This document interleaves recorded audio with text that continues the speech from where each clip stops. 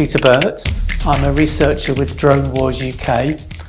We look into the use of armed drones in military conflict, and recently we've been looking at the way in which drones are becoming increasingly automated and with the use of artificial intelligence technology are becoming basically flying killer robots.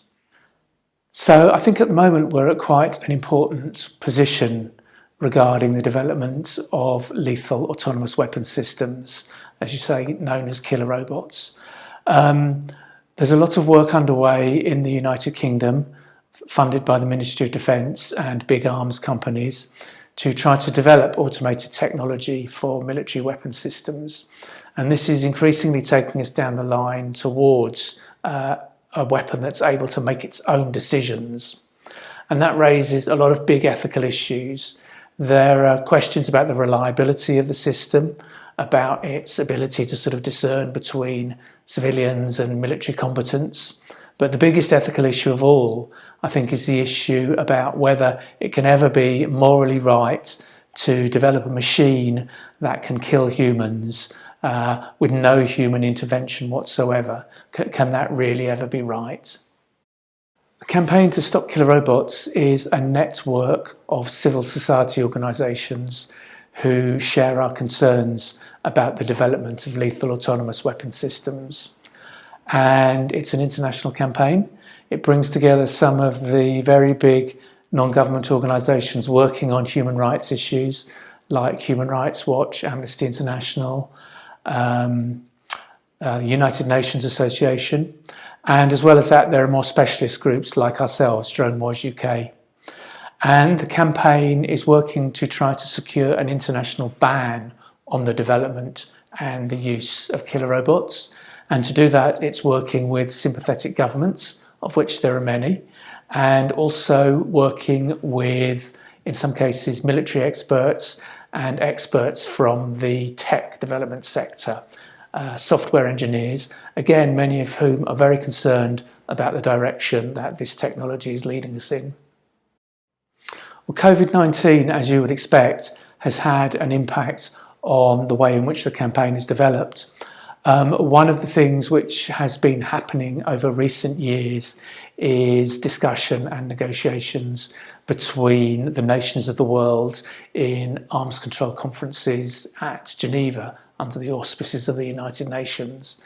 Those discussions have been proceeding very slowly, and obviously the COVID outbreak has had a severe impact and delayed them even further, which is disappointing. But what I think is far more important is that COVID-19 has shown us really how wrong we have got our focus on international security issues. The governments of the world, particularly governments like the United Kingdom, are spending unimaginable sums of money on nuclear weapons, high-tech automated weapons systems, artificial intelligence for the military. None of those systems are any use whatsoever in protecting us against fundamental threats like COVID-19. You know, the biggest threat, security threat that humanity has faced for a century. So what we think, Drone Wars, what we think we need to do is shift away from this tech focus, this focus which is not intended to protect ordinary people like you and I, but is in fact intended to protect the world's elites and their privileges and their ideologies and their financial interests, and instead refocus security on human security issues, things which affect us all, like climate change, the economy, COVID-19. These are the kind of issues which affect everybody, and we need to look at sustainable security in a more open way instead of taking an overtly military view of security. If humans are not fully in the loop in the control of a weapon system, that raises a number of issues. Basically, it means that the machine is making a decision on who to kill, and that is highly problematic for a number of reasons.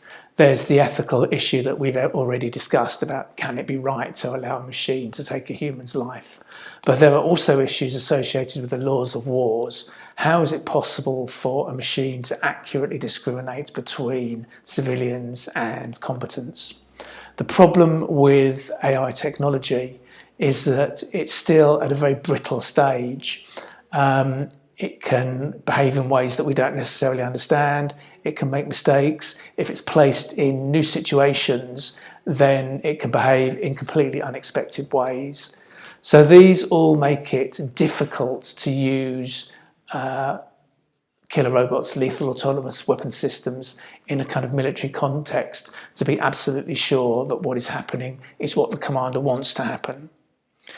So it's very important that we think all weapon systems are always under human control at any time, and that control has to be meaningful. It doesn't mean that there's one commander trying to sort of divide attention between half a dozen screens in a very fast-moving situation.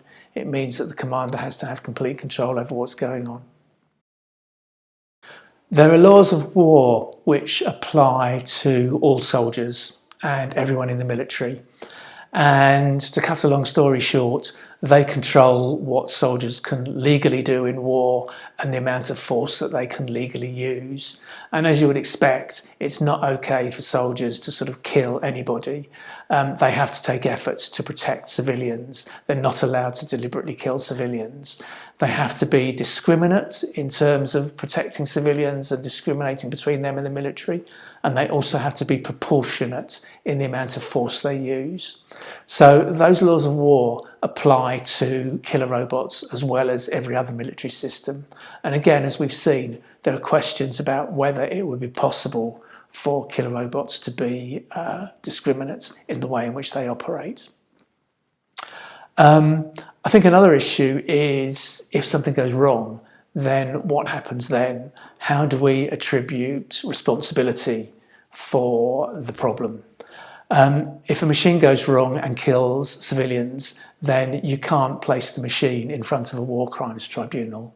But the commander can say, well, it wasn't my responsibility, I set it off, I didn't know what it was going to do. The developer can say, well, I didn't know what it was going to do, it wasn't used in the situation it was developed for. So there is scope for evading responsibility for potential human rights abuses, which is not a good thing in international law.